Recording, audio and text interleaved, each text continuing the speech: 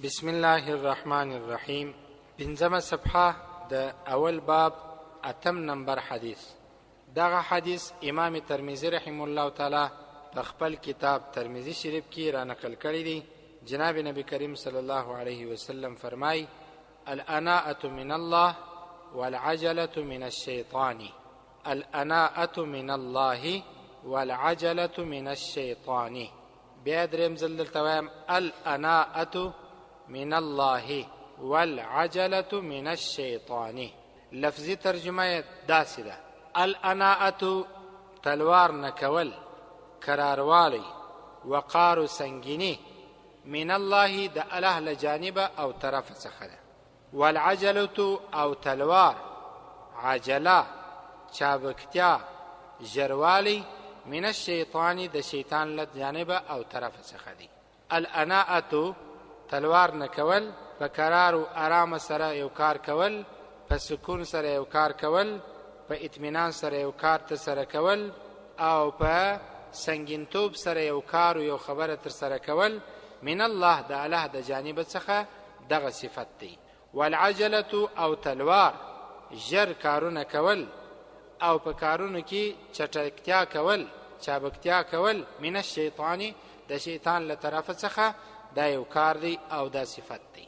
اوس نو خبر از مارونو دا د کله چې قراروالی، سنگینتوب، وقار، ارامتیا او اطمینان د الله د جانب څخه نیک صفت سو، د الله له طرف څخه ښه صفت سو، نو په ټولو کارونو کې اناعت مهم دی او قراروالی مهم دی. په قراره تر یو ځای ځان رسول مهم دی. لہذا مطلب می دا دی چې کم انسانان په هر کار کې تلوار کوي او قراروالی نه کوي، په سنگینی وقار باندې کار نه کوي، هغه انسان به په خپلو کارونو کې پښیمانه وي، که څه هم عبادات وي.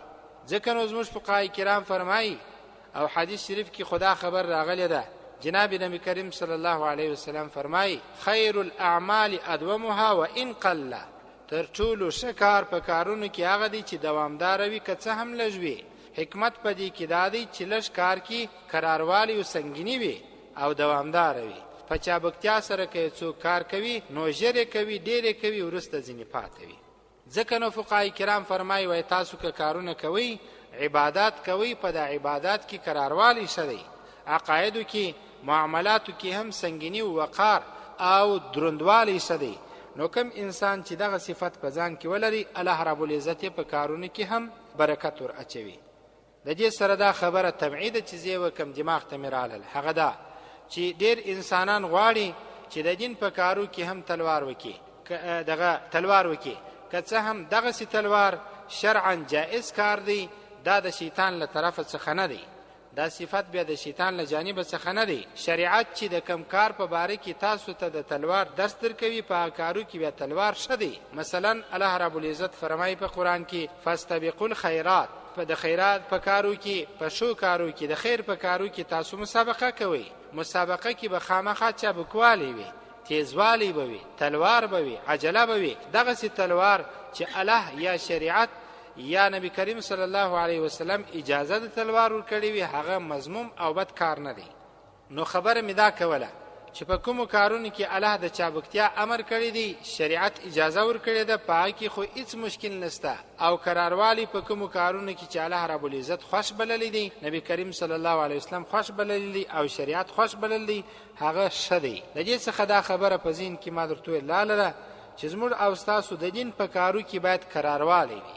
مولانا اشرف علي تانوي صاحب فرمایي: وای د دین کار باید په هوش باندې وسی، په جوش باندې نه، په هوش باندې وسی، په جوش باندې نه، قرار.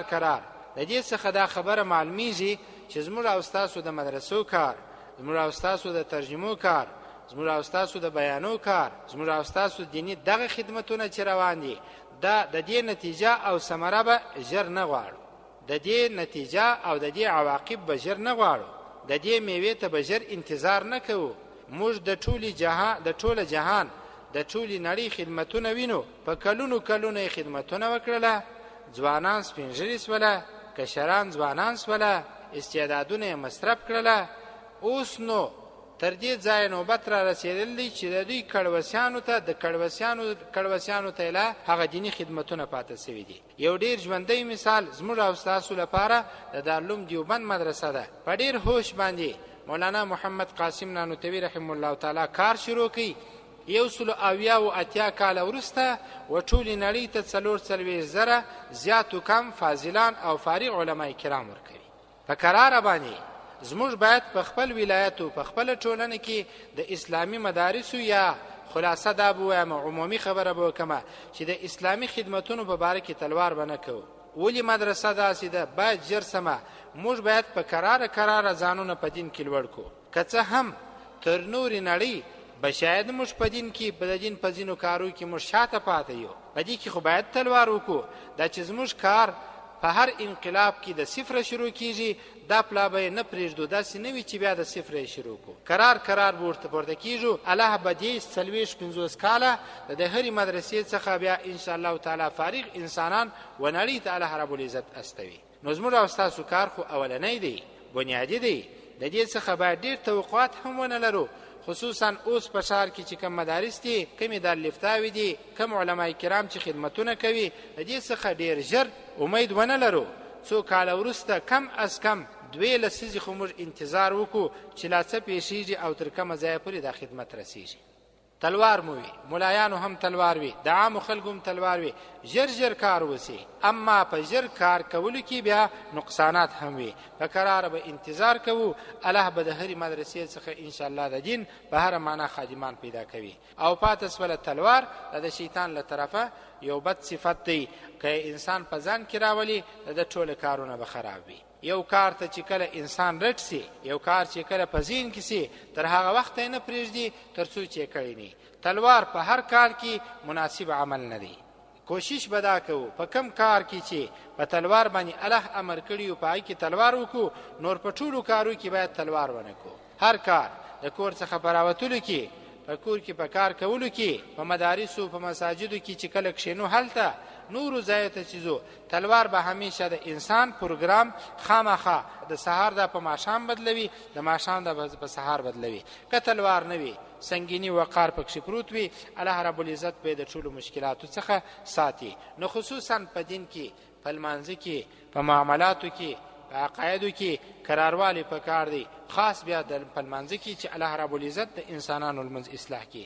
الله دې د عمل کولو توفیق را نصیب. ربنا ظلمنا أنفسنا وإن لم تغفر لنا وترحمنا لنكونن من الخاسرين. لا إله إلا أنت سبحانك فقنا عذاب النار. وصلى الله تعالى على خير.